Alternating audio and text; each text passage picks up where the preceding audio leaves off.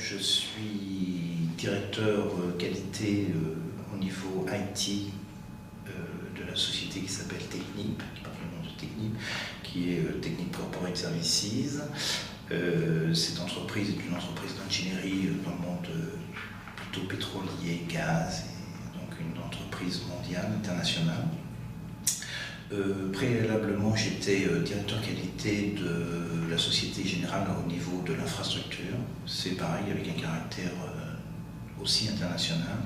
Et puis, préalablement, j'étais directeur qualité au sein de l'IT de Bouygues Télécom. La deuxième chose, c'est que j'ai une activité d'enseignant à côté, donc j'enseigne aujourd'hui, je suis chargé de cours à l'École des Mines de Paris, à Sud Télécom Paris, et puis à l'EMSI de Grenoble, l'École de Management des Systèmes d'Information. J'ai aussi, une activité un peu anecdotique, mais bon, qui est celle d'écrivain, puisque je suis l'auteur de 4 ouvrages, dont 2 vont sortir au mois de septembre. Donc, un premier portait sur la qualité de service et les réseaux intelligents, que j'ai fait avec un prof de Sud Télécom Paris. J'ai écrit un livre sur ITIL et la gestion des services, donc ça c'était en 2006, et puis j'ai écrit donc 2 ouvrages avec un ami qui est Claude Durand, sur la gouvernance de service et sur les processus d'ITIL V3. À côté de ça, je suis donc fondateur d'une association qui s'appelle l'ITSMF, qui veut dire Information Technology Service Management Forum, que nous avons créé à 5 personnes en 2003. Je suis toujours administrateur et donc je m'occupe d'une commission qui s'appelle la commission de contenu. Et puis je suis aussi administrateur d'une autre association qui s'appelle l'ISCM, qui est l'e-sourcing capability model, et qui lui s'intéresse plutôt au monde de l'e-sourcing. Et d'ailleurs nous sommes en France la première association mondiale autour de cette thématique référentielle qui est née donc aux États-Unis. Et puis j'ai été pendant 4 ans le président d'une commission au sein de l'AFNOR sur l'ISO 20000, puisque j'ai eu l'occasion et le plaisir de porter la voix française auprès de l'ISO lors du vote de la création de cette norme. Alors, l'ITSMF, d'abord veut dire Information Technology Service Management Forum.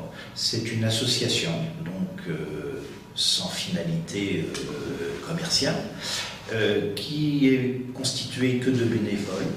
Et cette association, aujourd'hui, donc, essaye de promouvoir ITIL dans le pays où elle est créée. Alors, aujourd'hui, il existe plus de 50 chapitres dans le monde.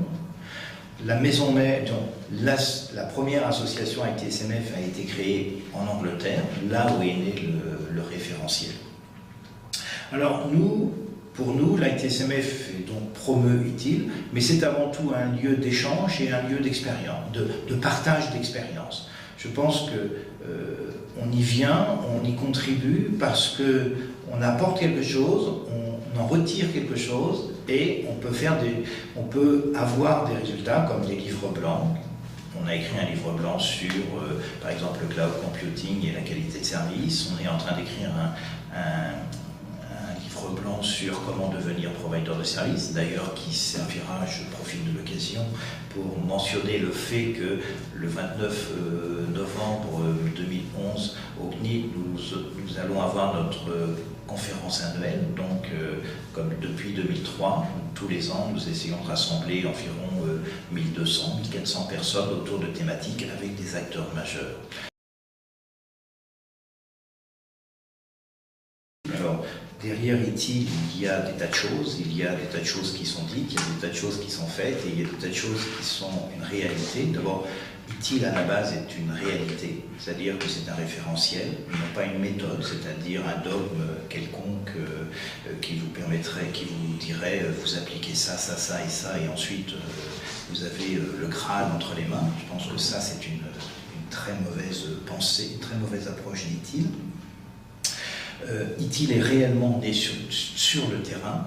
Aujourd'hui, ITIL a démontré quelque chose d'abord d'important qui était l'homme. Elle a donné un sens à l'homme dans l'univers de production, puisque c'est le domaine d'application d'ITIL.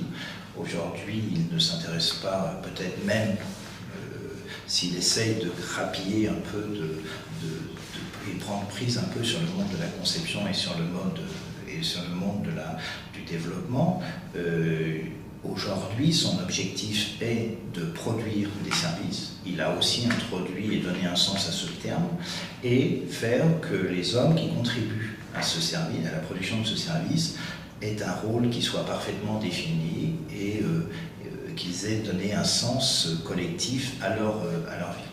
ITIL, donc, comme je vous disais, a apporté ce concept de cette approche de service et a introduit, donc, au travers de sa troisième version, puisque nous avons 3 versions aujourd'hui dans ITIL, la notion de cycle de vie.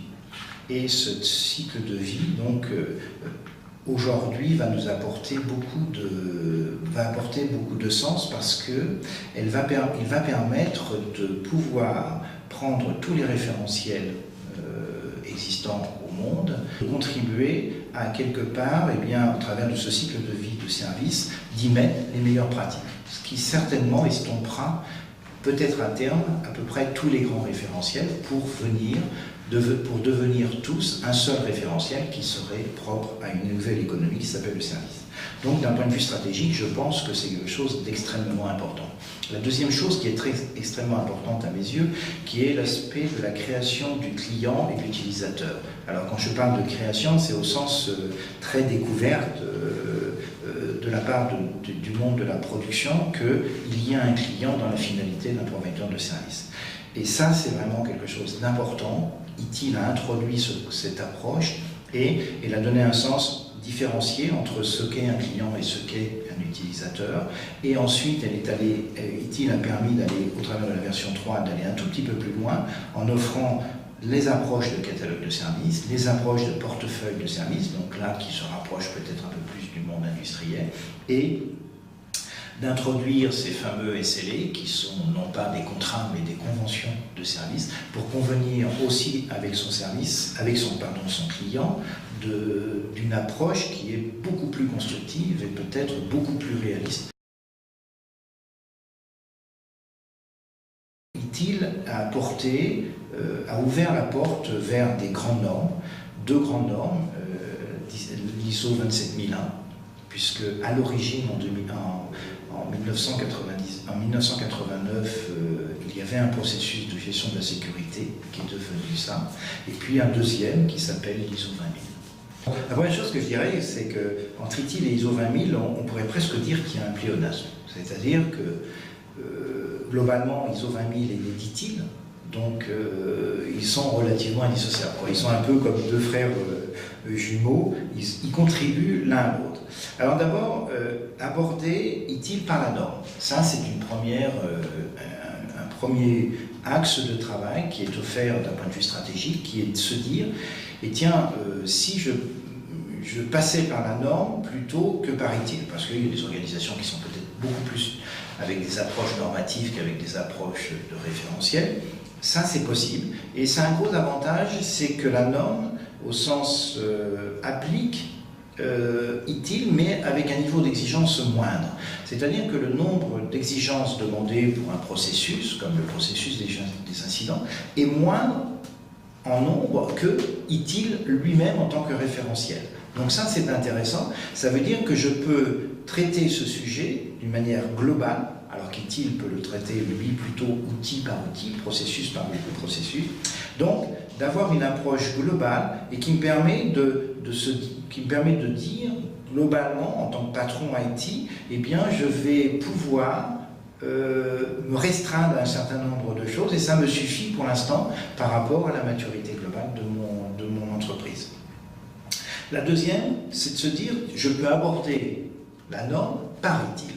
C'est-à-dire, ITIL, lui, est né fin 88, donc vraiment début 89, et là, vous pouvez imaginer que vous avez fait un travail assez conséquent autour d'ITIL, certainement plus conséquent que ce que la norme peut vous apporter. Donc ça a un gros avantage, c'est que si vous voulez être certifié, eh bien quelque part, c'est presque une cerise sur le gâteau, c'est-à-dire que c'est un vrai plus qui va faire que vous allez mettre en exergue votre organisation, vous allez mettre en exergue les gens qui constituent cette organisation, et vous allez passer d'une approche individuelle à une approche totalement collective. Donc vous n'allez, d'un point de vue stratégique, faire que renforcer la cohésion de groupe et certainement avoir une appartenance à votre entreprise qui sera d'autant plus forte.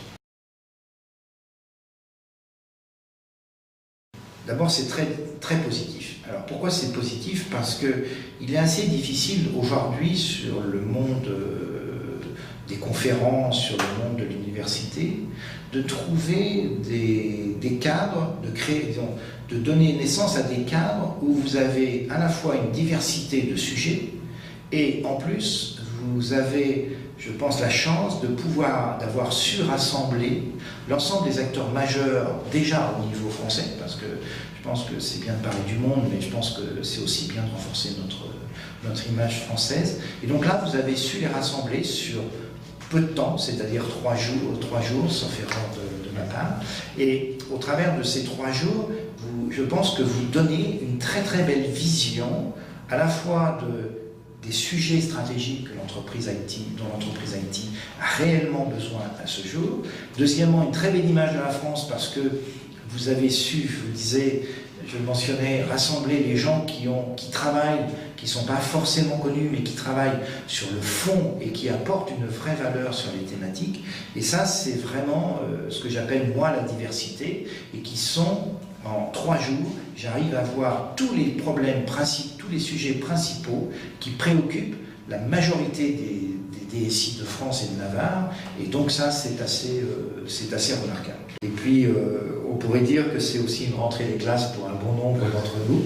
Donc, eh bien, c'est la transition entre, quelque part, un peu nos vacances d'esprit, de corps, tout ce qu'on peut, disons, promouvoir pour la santé de tous. Et puis, quelque part aussi, de l'autre côté, eh bien, on va reprendre nos activités d'une manière peut-être un peu plus intense en communauté. Voilà.